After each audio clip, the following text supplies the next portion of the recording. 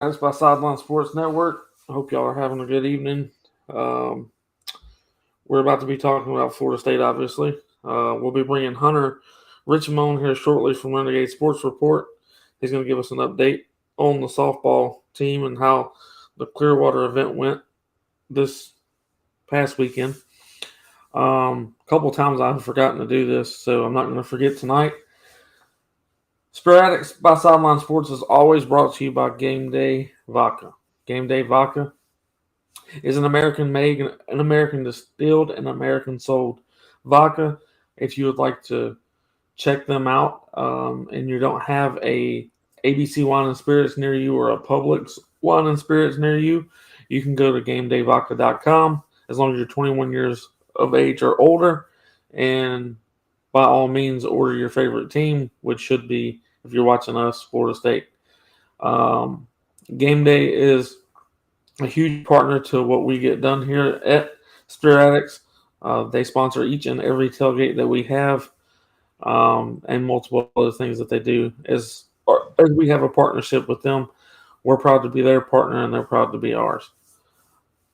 Obviously, tonight, there's some things that I'm going to bring up as far as some 2024 commits that Florida State is really getting after. Coach Atkins has really been heavy on the recruiting trail, offering certain 2024 offensive linemen. We've also got a couple of tight ends for 2024 that are highly sought after by multiple teams. We got a couple of wide receivers that Dugans is doing a really good job on. So there's a lot of things that are taking place that isn't so much out in the open wildly. I don't think there's a whole lot of people reporting about it, but there are some serious recruiting steps being taken. But before we get to that, I'm going to bring Hunter Richmond on to give us a rundown on what happened at the Clearwater Classic. So here we go.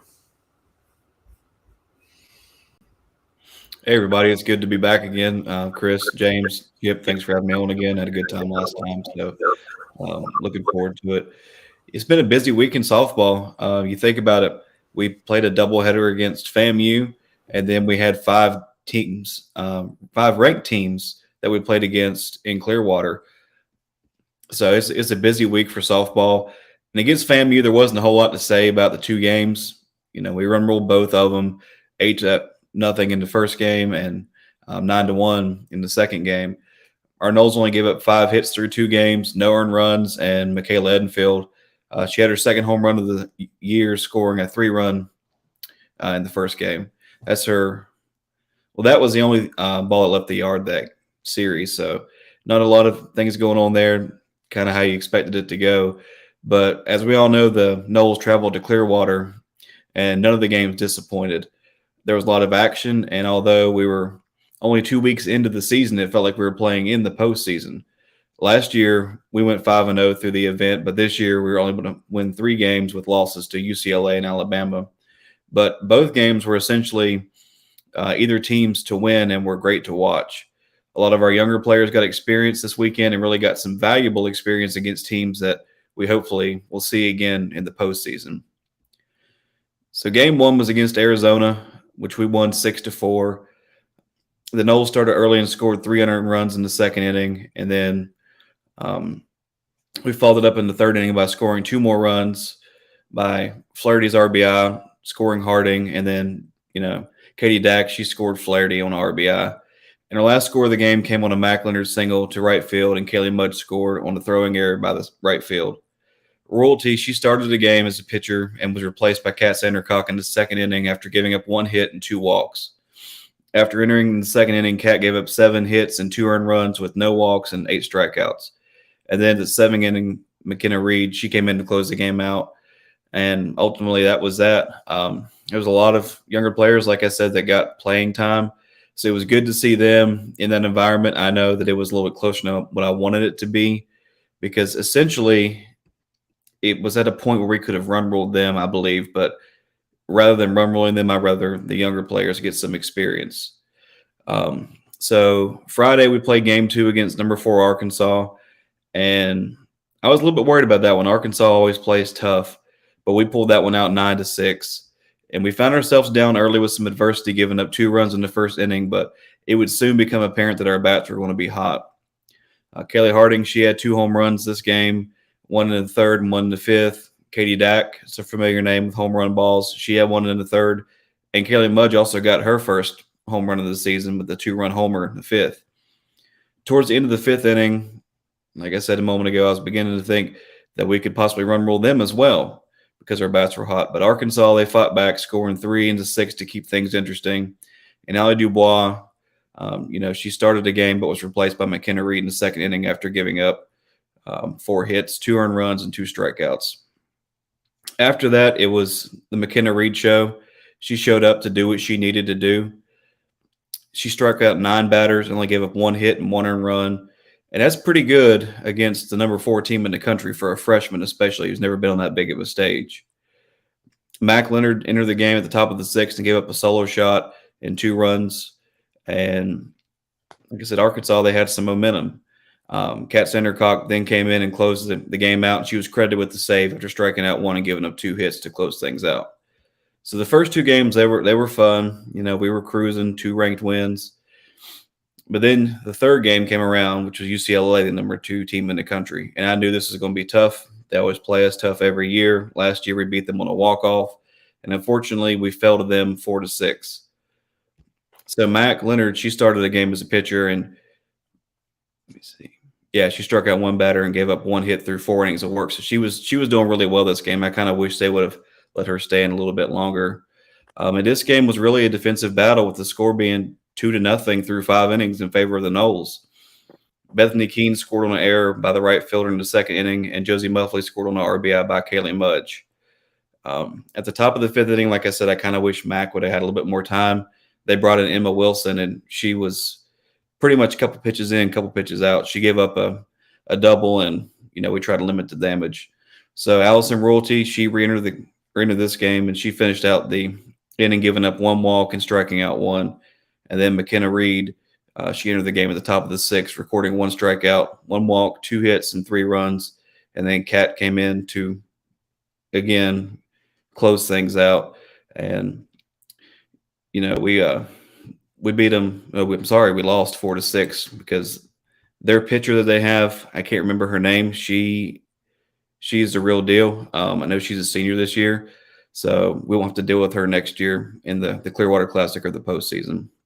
So that was 3 really good games, 3 hard-fought games. UCLA was kind of I don't know. It could have went either way in that one. So wish we could have won it, but we couldn't. But then, yesterday we played our first game against Louisiana, the number 22nd team in the country.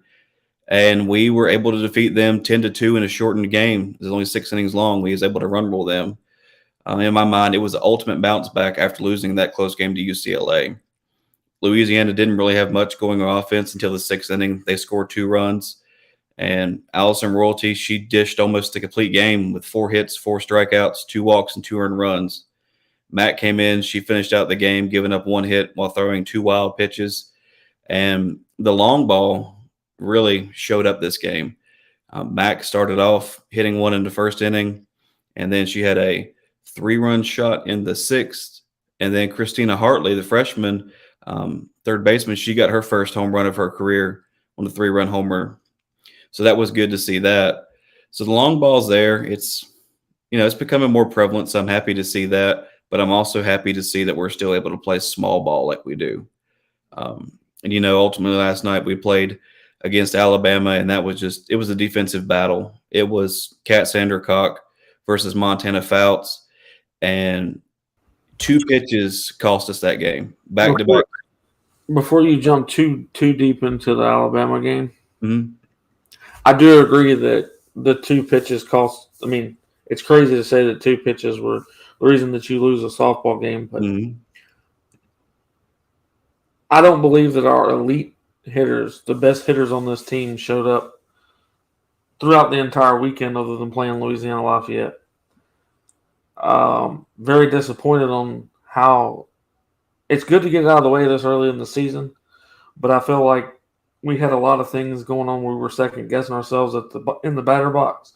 I don't agree with sitting on changeups. I don't agree with sitting on basically the pitch that's coming right down the middle because they're down 2-0 or down 3-0, and we're sitting there waiting for a walk versus attacking the pitch that is going to be right down the pipeline. And I've seen that multiple times, not only with Michaela, I've seen it with Mac a couple of times. Harding got up there and did it as well. It was like we were the only ones that were aggressive was Josie, and then I forget the girl's name that came up. She was damn near dead last up to bat, but she was the only one that attacked the ball right away because she knew it was going to be a first pitch was going to be a strike.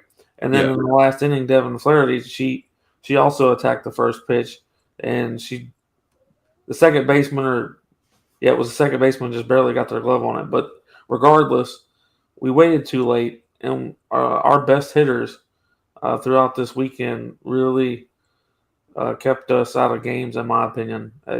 If a pitcher can keep you within 2 runs, if you only allow 2 runs in a game, you're supposed to win. The same way in football, if you score 30 points, you're supposed to win that game. Or if you keep a defense to only 14 points, you're supposed to win that game. So I feel like our offense really set off for the Alabama game, especially. Sandra Cox pitched a wonderful game.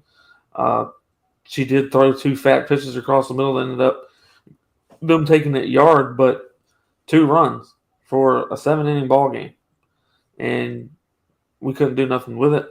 And I'm not taking anything away from Montana Fouts. She is an amazing pitcher, but we faced her last year and we were able to beat them. So it's not like they've never faced her. It's not like they've never faced pitching up to that standard.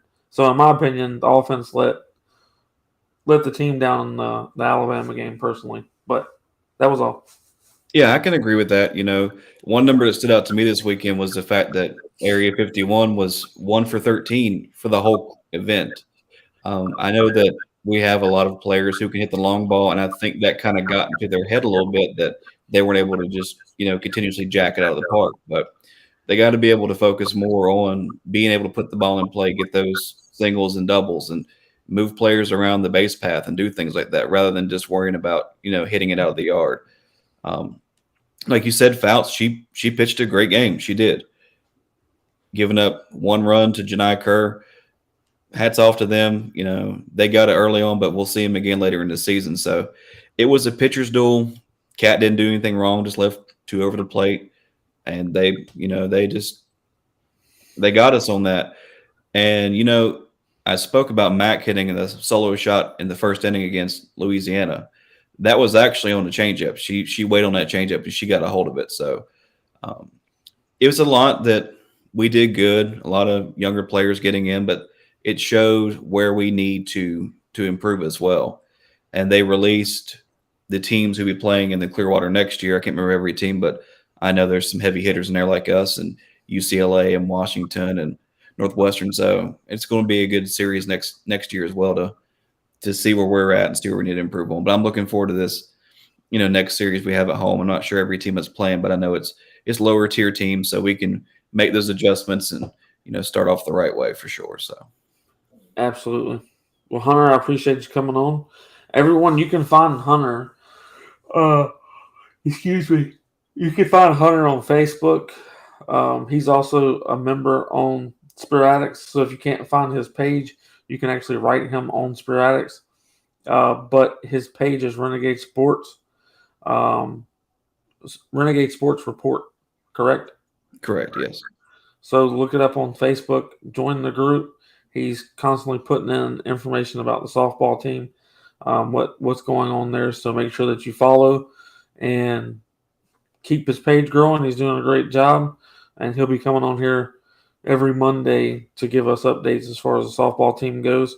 Our baseball team did very well this weekend. I believe they swept whatever their names are. Yeah, JMU. Yeah, we swept them, so that was good to see that as well. So Link has started off the year right. We've got a lot of freshmen on this Florida State baseball team, but they're doing a good job. That third baseman is something special. He's got a rocket for an arm, and he also hits very well, in my opinion. But A lot of freshmen with a lot of talent. But everybody make sure that you follow him on the Facebook group, and you can let him know where to follow you at. You also have Twitter, right? Yeah, you can find me on Twitter at Renegade Sports Report. I'm fixing to get more into that and start pumping out some content there. But one other thing, I was busy watching softball all weekend, but I did switch to the baseball games when I could. Did you see the attendance there? People in Tallahassee are buying into to Link. I mean, they really are. So I was looking for tickets and reserve seating behind home plate. I'm gonna be going to the outfield and sitting in the bleachers whenever I go to a game. So I got you. yep. Well, Hunter, I appreciate you coming on and giving us the what happened over the weekend. I appreciate it, and we'll see you again next Monday. Go Noles. You all have a good night. You too. Well, obviously, the name that I decided to call this video, which I might be paraphrasing a little bit, but basically, we're going to be talking about the reasons why Florida State can win it all. And when I say win it all, I am more or less talking about the ACC first. Baby steps first before I say we're going after a national title. But ultimately, if you win the ACC title, you're going to probably be in the playoffs.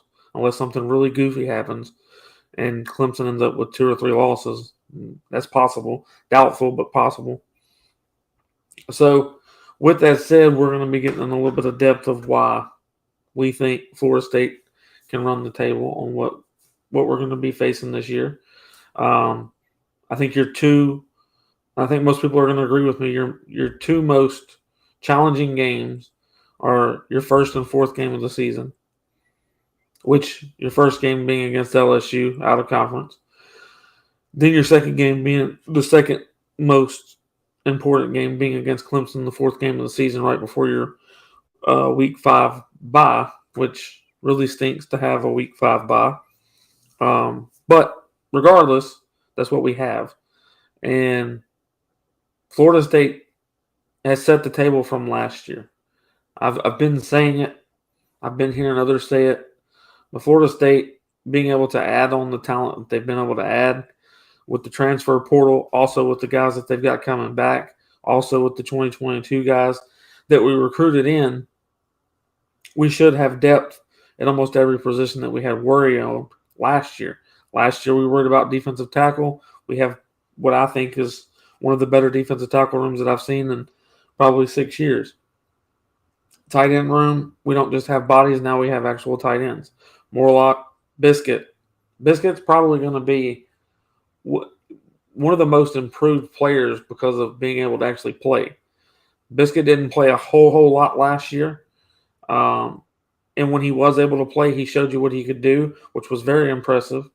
Kind of the same story with Kalen DeLoach. When everybody was like, where's Kalen DeLoach been? He's gotten so much better. Like James has been telling everybody, they finally let him play. So the same way with Biscuit, they finally let him play, and he shows you what he can do.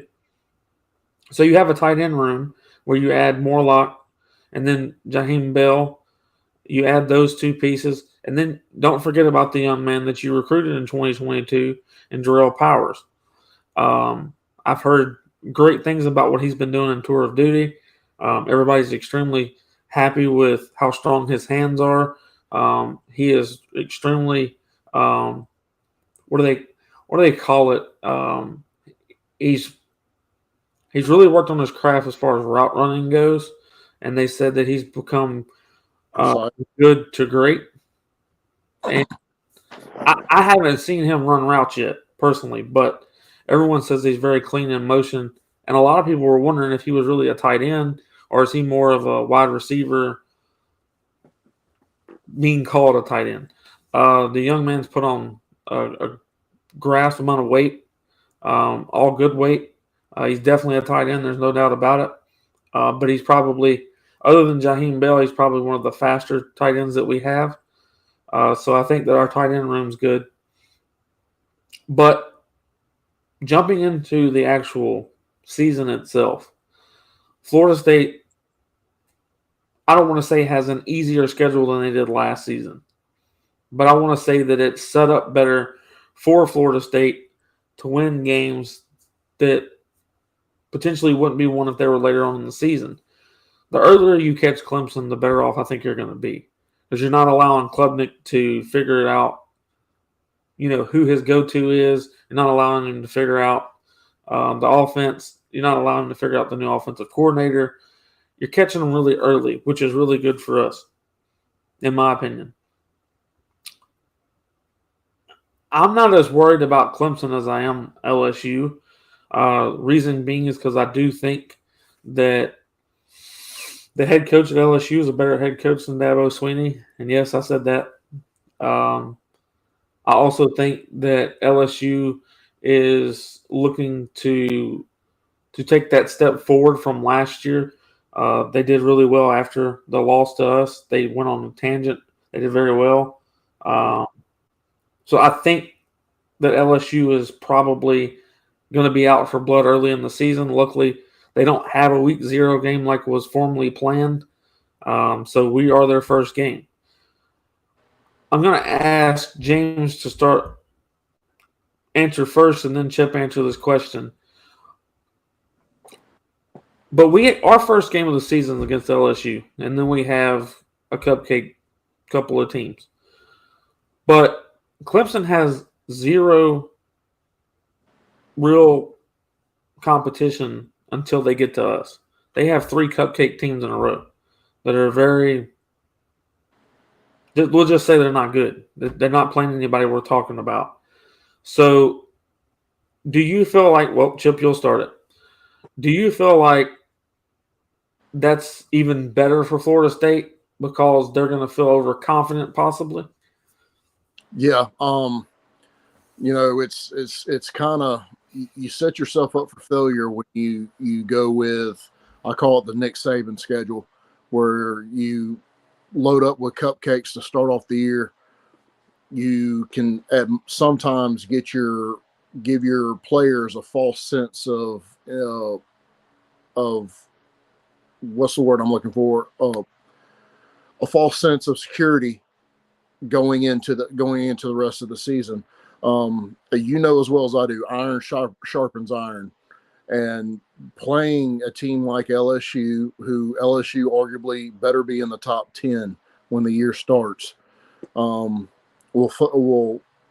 bode very well for FSU going into the year.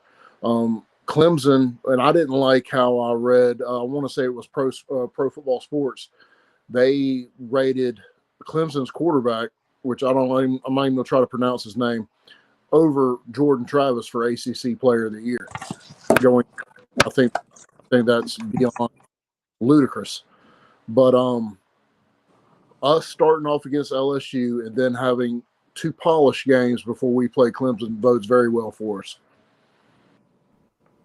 So, James, the question was basically, because of the schedule that Clemson starts off with being a much easier start off, maybe that gives Clemson a false sense of stability or a false sense of confidence because they haven't really played nobody at that time. Do you think that fares well for Florida State, that we come in there with almost a surprise of talent and a speed of the game that they haven't yet seen this year? Or how could that be good for Florida State? I mean, again, you stressed it. It's better for Florida State because you still don't know what Klubnik is.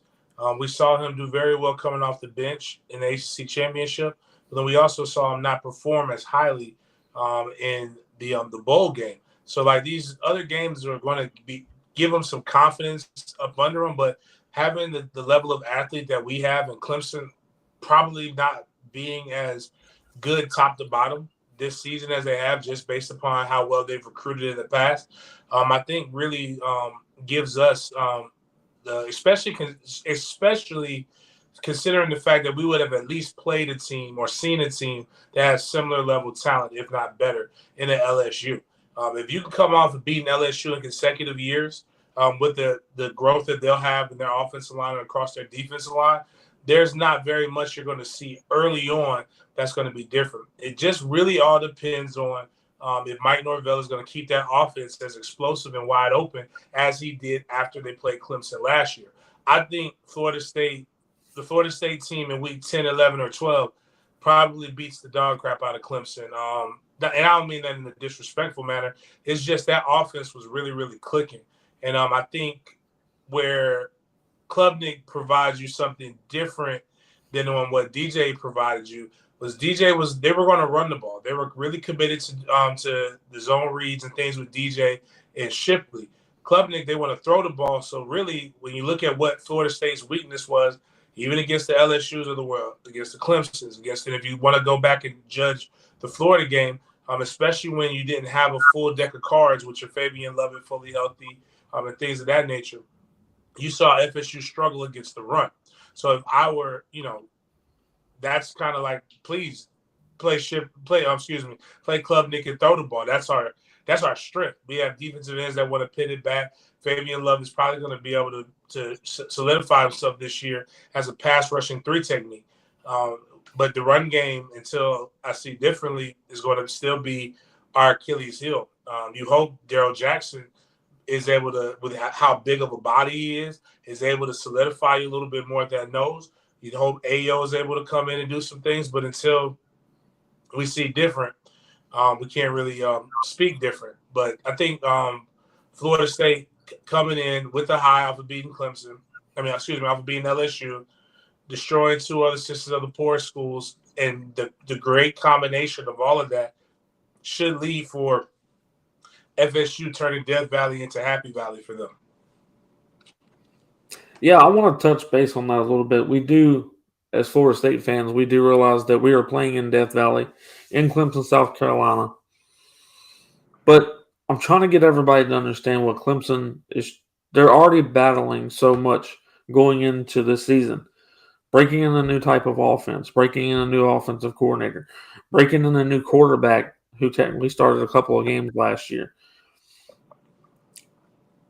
The biggest weapon that I would say that Clemson's got, other than their defensive line, which they lost quite a few guys, but they're reloading. There's no doubt that they have talent, is the Shipley kid, the running back / wide receiver / just everything that he does.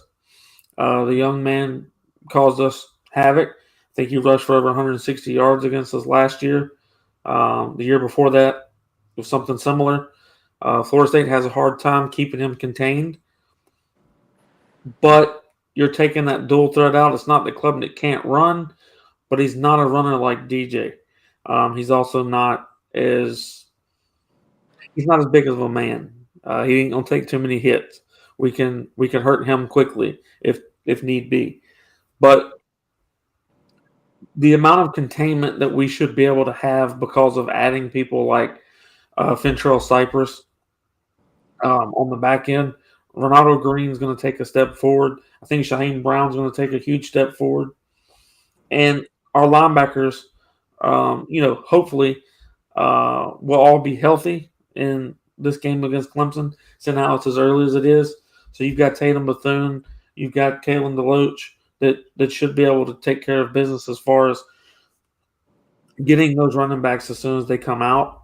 Also keeping the A and C gap kind of filled regardless of what defensive tackle's in there, because we might be set up to protect the pass and we don't have as many linemen. You never know what the situation is, but you should have – I think our linebacker core is going to play its best season that it's played in quite some time. And I think Omar Graham Jr. is going to be a great piece to this, a rotational piece. The young man hits hard. He knows how to fill the gap. He also played running back in high school, so he really understands what gaps to fill. So I think that Florida State could take huge advantage of Clemson being so early in the season. They're trying to figure everything out. Florida State knows their identity. They know who they are. It's not in question. You've got Jordan Travis coming back. Trey Benson's coming back. Johnny Wilson's coming back.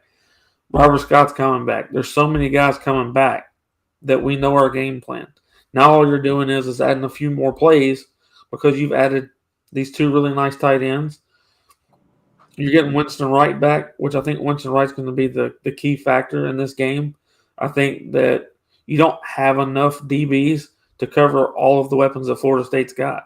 Offensively, we should be able to explode on Clemson because they they don't have someone for everybody that we have. If you put in the two tight end sets and Winston's your other guy that's out there on the outside, to me, you don't have the personnel that you need to cover all three. So I think Florida State does exactly what they're supposed to because we're not searching for who we are. Clemson, in my opinion, will be searching for what they are. They won't know what they are yet. They're going to be trying to figure that out. And the best time for them to be trying to figure that out is against Florida State. And that's why being early in the season, I think it's best for us to play them early in the season. It's set up well for us. So that sets the table for the ACC for us, in my opinion. And if you take a couple of steps back and you go back to the LSU game, yes, you can say that you've beaten LSU previous.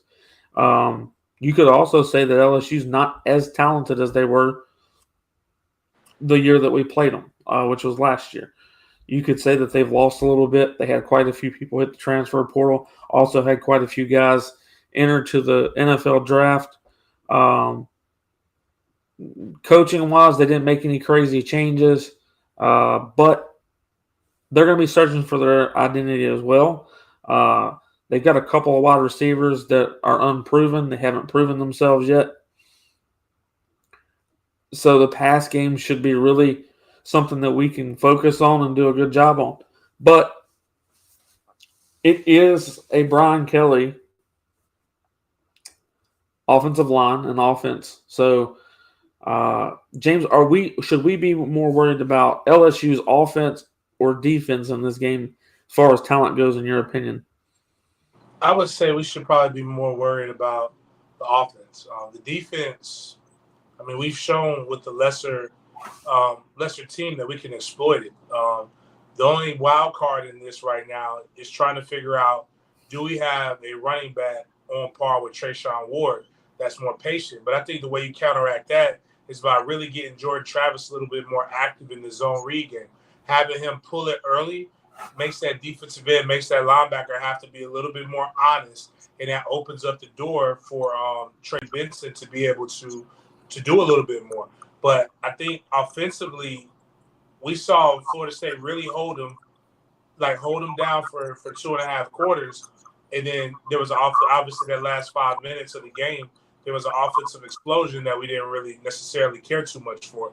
But how do you counteract your scrambling quarterback? How do you stop these guys? But I do believe that with a better obvious upgrades in the secondary, I think in a year better on the D line and the linebacker core, I think we should be at least smarter when it comes to all of that.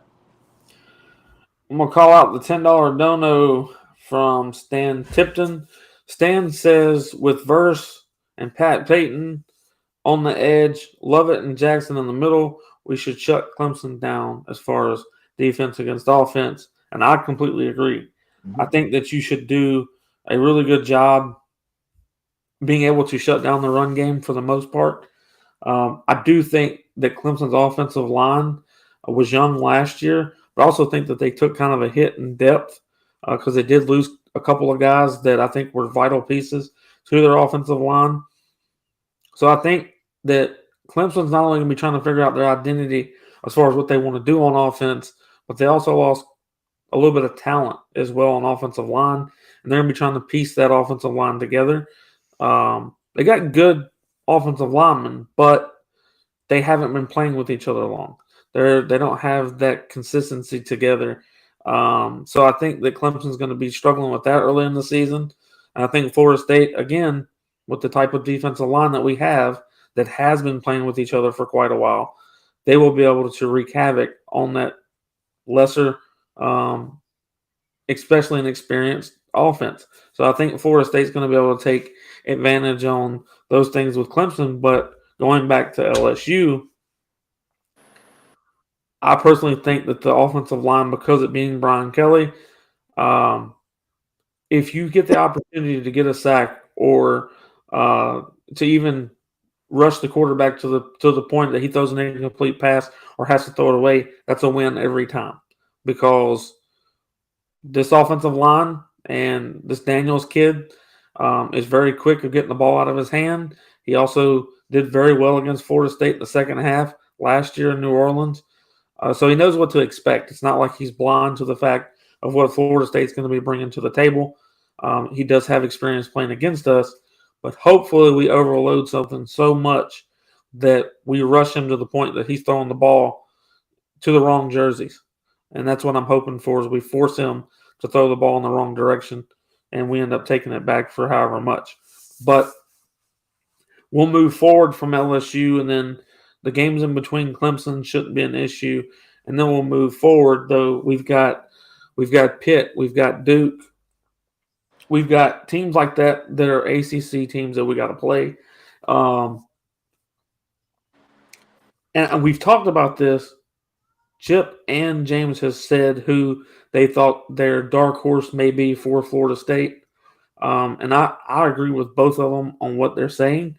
But we'll remind everybody and maybe get a little bit more detail of why we think that. Chip, who's the dark horse for Florida State and why?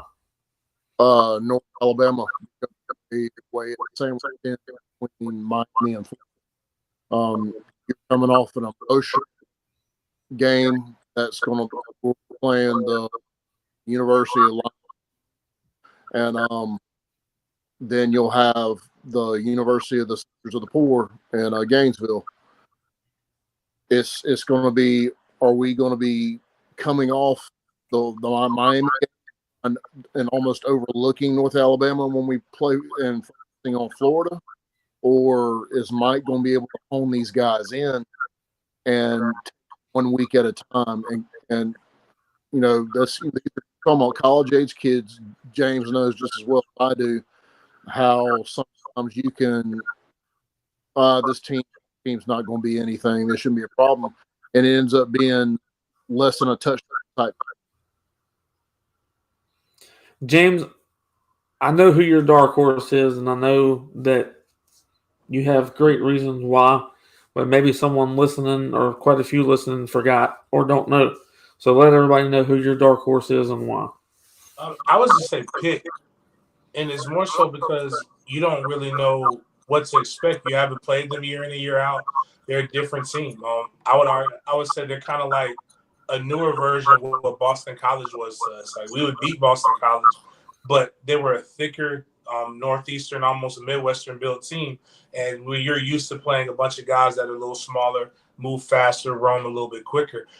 Pitt's another solid team that runs the ball well, and until I see us do a little bit better against the run, I can't really be that. On top of that, they do look. We should see. They got Boston College's quarterback that transferred in. He should be better than he was last season. Last season, I think we started the downward progression of him because he was seeing ghosts. That game, we beat the dog snot out of them. But just, I can understand Chip's concern about North Alabama. We had it my senior year. We played Miami Labor Day, first game of the year. I believe every workout we did was like beat Miami because they had beat us 5 times in a row. Very close. So we called it the Miami drill. At the end of every workout, we did Miami drills. But we beat Miami, and then we're like, okay, well, what do we do next? Like, everything was so close, focused on beating Miami. We played Citadel, and I believe we were only up like 13-10 going into halftime against Citadel. We ended up winning, I believe 50-10 or something like that. But I just think some of these games, the talent, the Jimmies and the Joes are going to outweigh the X's and O's. I think when we go back to Mike Norvell's first year, I think there was so much. There was a lack of talent. I don't believe that there were 3-6 lack of talent, but year 2 for Mike Norvell. I don't believe it's lose to Jacksonville State lacking talent, but I still think people were trying to buy in and overlook it. But I think right now, when you look at what Florida State has, top to bottom, this is probably one of the more talented rosters they've probably had since 2016, the 2016 season. So I think that alone they should be able to wake up, roll out of bed, and beat a North Alabama. That's not necessarily how you want to do it, but I think when I look at games that could be a true slip up, I look at they talk about in boxing, styles make fights. So while we could be looked at as that Ali type of guy. All it takes is somebody who's a nice brawler that can take a punch, that can hit you right on your chin and or tap your jaw and make you drop for a second. And I think the only team, outside of the emotional stuff that you'll say with rivalries, I think Pitt is legitimately that team. Outside, I could say Duke, but I mean, until proven otherwise, Duke is Duke. So we played better Duke teams and beat the dog crap out of them. Yeah, I agree. I think that Duke had a good year last year. I think there's definitely, give those credit where credit's due. Do I think Duke is going to, potentially do the same thing that they did last year? No, I don't, because now everyone has seen it. And I think everyone knows that you can't go in there and take Duke lightly. You know what they like to do now, so you game plan for it. Where I don't really think anybody took them serious last year. I think this year more people are going to take them serious. They might play some close games, but they'll probably lose games as they were supposed to last year. I still think Duke is a decent team, and they're very well coached, but they don't have the athletes that Florida State has. I mean, the truth of the matter is they don't. So, Stan asked a question for James. Why do you think we don't use fullbacks in college football anymore? A lot of people say that, and I just think it's you have to really look at the whole of what stuff is. A fullback is not. So I'm 5'11", 6'1.5" when I wear the right Jordan ones. So when you look at the tight ends, like we just talked about, you've got we got Murlock who's 6'7", you got Biscuit who's 6'7", you got the other guys who are about 6'5" to 6'4" to 6'6", about 250, and then you got your Jaheim Bells who are 6'3". You got guys who are a little bit shorter, but they're more explosive. That's really what you're starting to see, even on the NFL side. I joke with people. They say the fullback position is dead, except for the teams that consistently win. San Francisco has a great fullback. Actually, he has a children's book for, about being a fullback. KC has a fullback. I believe Philly has a fullback. Trying to think who else. New England, not New England. The Buffalo Bills have a fullback. Those are true fullbacks, but even then, they're used as an H-back or a third tight end. Everybody has a third tight end on their roster, and that's just really what the fullback has become now. It's just become a more your Swiss Army knife, a guy that can block, a guy that can catch out of the backfield. And even when I played, that's really what it was. We just so happened to have a lot of short yardage situations, and outside of Greg Jones, which was the anomaly, Billy Sexton liked his running back slightly under 200 pounds. So you needed a short yardage physical game to be able to get that 1 to 2 yards that was necessary in the middle of the field or even on the goal line. So I think that's why you can get away with a DJ Lundy being able to be your fullback. But when you look at what we're going to probably use Jaheim Bell for in short yardage situations, I mean, running the screen. I mean, I ran a screen. I had the flat route. We had like 4 or 5 pass plays for the fullback. And to be honest with you, if I were offensive coordinator, I wouldn't want me running that. I would want Jaheim Bell running that more than me anyway. Because it would, like, where mine would get big chunks. I've gotten big chunks of yards. This right here is Jaheim Bell with the ball in his hand is an opportunity to score. And I'm not even going to embellish, even though I'm almost 20 years removed from playing. Not even going to embellish my usefulness as a weapon compared to Jaheim Bell. I agree. A little bit about recruiting, everyone, because there hasn't been a whole lot of talk about it. So we've got a 6'4", 205-pound edge from Tampa, Florida. He's ranked as a top 70 player in the 2024 class. He's number 7 ranked in the edge nationally. And it's Booker Pickett Jr. He's down to 9 schools. Florida State was in there. You've got Tennessee, Florida State, South Carolina, USC, Louisville, Penn State, Georgia, Miami, and Ohio State. The last that I heard, I talked to someone that's on the high school coaching staff for the Wildcats. And Florida State, right now, Papuchis is doing a damn good job. He's really talking highly of what Papuchis has been able to do. He's talking highly of what Norvell has said. So right now, the coach over there said he would put Florida State in the front just due to how well we're staying in contact, how much we're making sure he knows that we could be a great place for him to be. To move on what I was talking about with Atkins, because I told everyone that he was really starting to fire up the recruiting trail. We have a target that's huge to Atkins. He's always got that one guy that he makes sure that he goes and gets. We've got an inside offensive lineman, 4-star Jason Zandamela.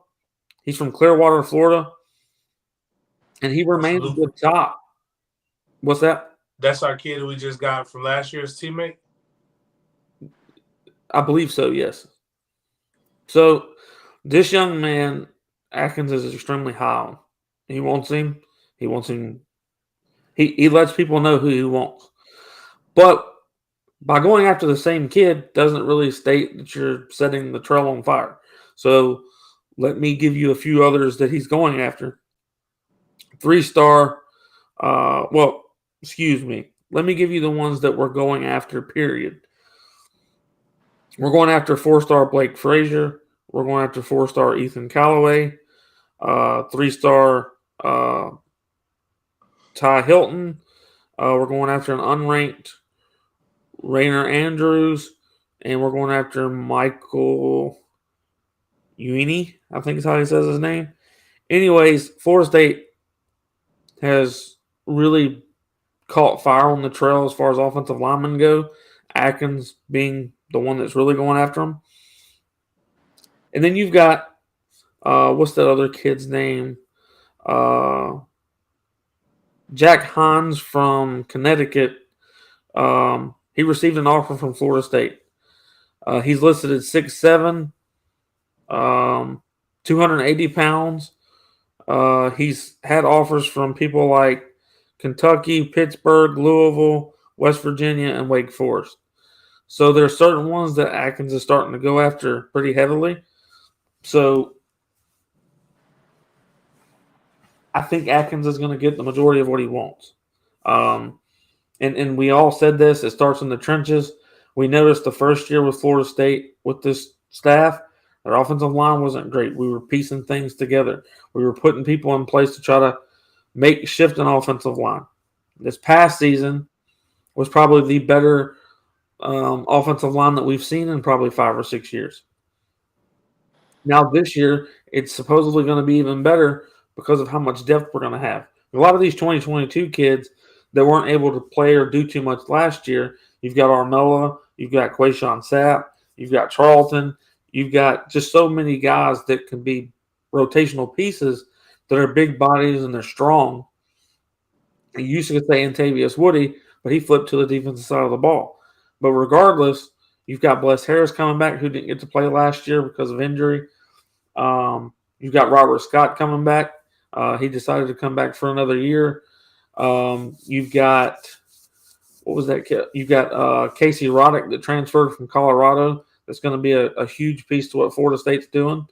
So there's a lot of pieces that Florida State has been able to get. And then basically you look at Roddick as Dylan Gibbons. That's the replacement for Dylan.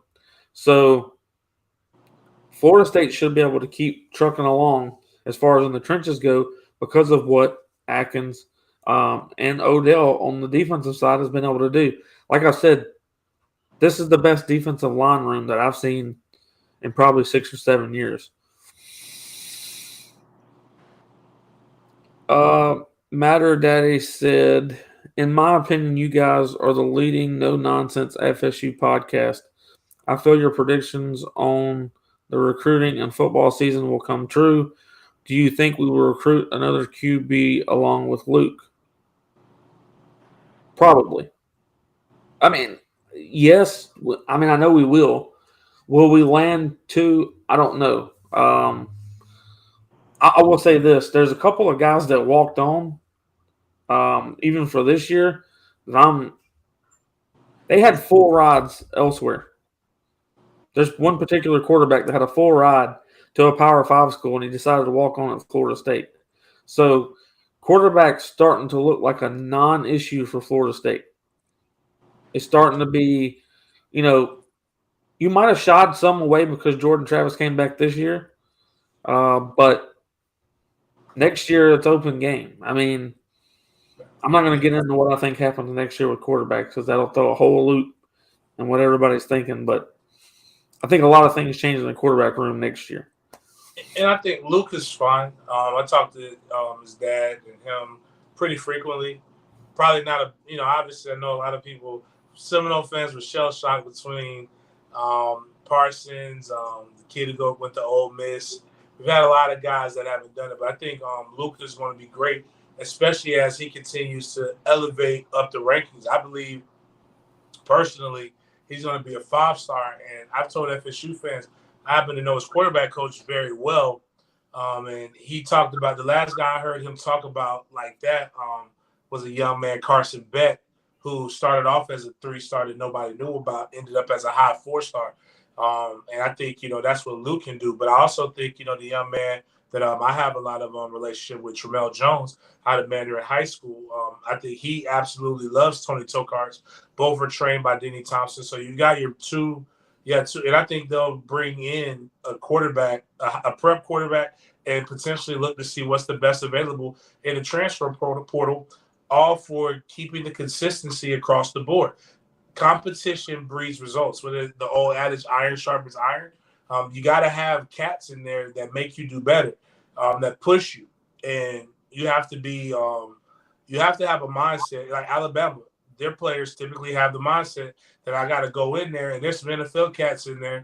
But if I go in there and I do my best and I compete and I get the job, I'm going to, write my own ticket to wherever I want to go. So that's kind of where I think Mike Norvell, what people have seen with Jordan Travis, the jumps.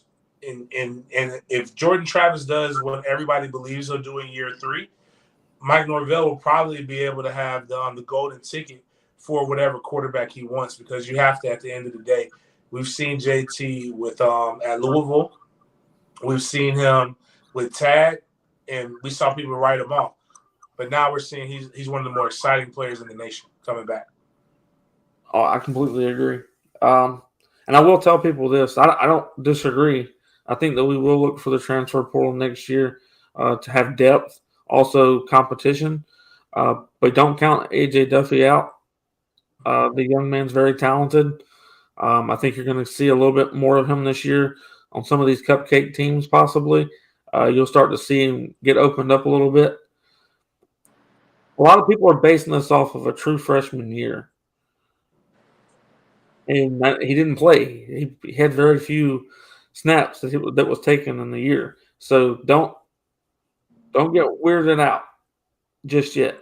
The development that Tony Tokarz has been able to do with Jordan Travis, who was not considered a 4-star quarterback, that went to Louisville, but now you're talking about a 4-star and A.J. Duffy that same Tony Tokarz is working with. I can promise you the development is happening. I can promise you that A.J. is going to be fine. We've got about 7 minutes left. Chip, do you think Florida State goes 11-1 or 12-0 this season? Early prediction, you can change it later, but do you think we go 11-1, 12-0? I'm going 12-0. We might have one or two close games, but too much talent on that roster. James, are you going 10-2 or 11-1? I know you ain't gonna say 12-0. 11-1. I like it. Chip, let everybody know where they can follow you, and then James follow suit right after, and then we'll finish this thing off. Yeah, you can catch me on Facebook under Unconquered 850. I'm adding former Noles, it seems like, almost every week. You can catch me on Instagram and Twitter under Chip Westerly 9. Who'd you just add last? Who was that you just added? Devontre Richardson. I believe I said his first name right. Yes, I believe so. So y'all know where to follow Chip. James, let them know what YouTube channel you want him to go to tonight. @Den Media Group on YouTube. We're trying to grow it. We're over 1,600 followers now. Need to get that thing to 2,000. We got all kinds of stuff. We got some Super Bowl snippets coming up. Some cool things that we did up there. I'm gonna have my combine coverage for people who are members first. So if you got $3.99 up to the $100 level with $3.99, we'll get a chance to see some snippets only for those who are members of the channel. Once we get to 2,000 followers, 2,000 subscribers, we'll give away $200 live on my Big Games BS show as we continue to grow. I really like blessing people and like doing giveaways. And even with the memberships, all of that money goes towards the MFTK Foundation. We just gave 200 tickets away to the men's basketball game, and we had 150 tickets to the women's basketball game. We've got March 4th, we got 150 kids. That's what we're planning on taking to the men's baseball game. On the 18th and the 19th, we're going to go to another 150 to the baseball game on the 18th, and we're going to go check out the girls play softball on the 19th, and I got 150 tickets scheduled for that. So if you want to help, I can tell you the Cash App, but I'd rather you become a member or a subscriber. So go check that out. Sign up for one of the membership levels. That's the best way to be able to help the foundation out. And as always, go Noles. Appreciate it, James. Everyone, I hope you enjoyed the episode tonight. As usual, I go on my last little couple-minute rant. I personally picked Florida State to go 11-1 this year. The ceiling being 12-0. The floor, not too far from it, is 10-2. Florida State cannot do worse than they did last year, which, yes, they went 9-3 in the regular season, ended up being 10-3 because of the bowl win. Florida State has to break the 10-win regular season without it taking a bowl game to get there. With that said, I've got Florida State going 11-1. Can they go 12-0? Yes, they can. Could they slip up and go 10-2? Yes, they could. Could they slip up and go 9-3? Yes, they could. But Florida State is bringing back a lot of experience. They're adding a lot of experience. They're bringing in players. They're bringing in not just physical athletes, but mental athletes that come in and they have that mindset. It's time. Let me say this right. It's time to break it. It's time to do what we're supposed to do. It's time for Florida State to be rightfully back where they're supposed to be, and that's ruling the ACC, and that's also contending for national titles. So Florida State can do so as long as the focus is there. We have the depth now. The talent is on the roster. Now we've got to go put up and do what we're supposed to. Go perform the way that we can. Put this all together. Everyone get one mind, one accord. Get this set up the right way. Play the game as how we want to play it. Make everyone play Florida State football and not play everyone else's game. If Florida State does that, Florida State has a huge shot at taking it all the way to the college football playoffs. Do I expect them to? Yes, I do. We're doing decent linebacking recruiting, to be honest with you. There'll be a lot of stuff come out. If you aren't subscribed to the YouTube channel, I just released a lot of information about recruits. The only rules is that you don't screenshot this and you go share it with everybody. So none of my members have ever done that. Nobody ever takes my stuff and goes and shares it with everyone, because the minute that you do that, you get kicked. So there's a lot of silent commits at Florida State right now. There's a lot of information that I put out that doesn't go live, that I don't share. But if you are a member, subscriber, then you get that information. I appreciate everyone. I really appreciate all of the fans that are not only subscribed, but also the fans that became members. Huge shout out to everyone that became a member over the past 2 weeks. I'm sending out everyone's honor cards like this.